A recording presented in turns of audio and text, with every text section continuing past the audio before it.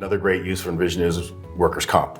So you can deal with a lot of injuries with workers' comp, and it's always a he said, she said. So being able to actually see what happened to identify an accident and what caused that accident. Was there something that was on the floor that caused it?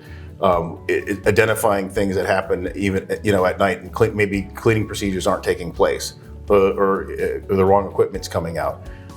I could be using to interact with law enforcement, providing them video, general liability claims, identifying some of the injuries and accidents in there. Envision helped with a great opportunity when we were looking at some of our mats that were slipping years ago. And so we came up with a program that we had to auto-generate the mats being sent out. But looking at the video, that we were able to ascertain that, hey, why are these mats slipping this much? And we found out, well, there's a certain life expectancy to that. So some of these things, being able to go back and look at them and share that with the manufacturer, and saying, going back and asking why is this happening, it helps us a lot.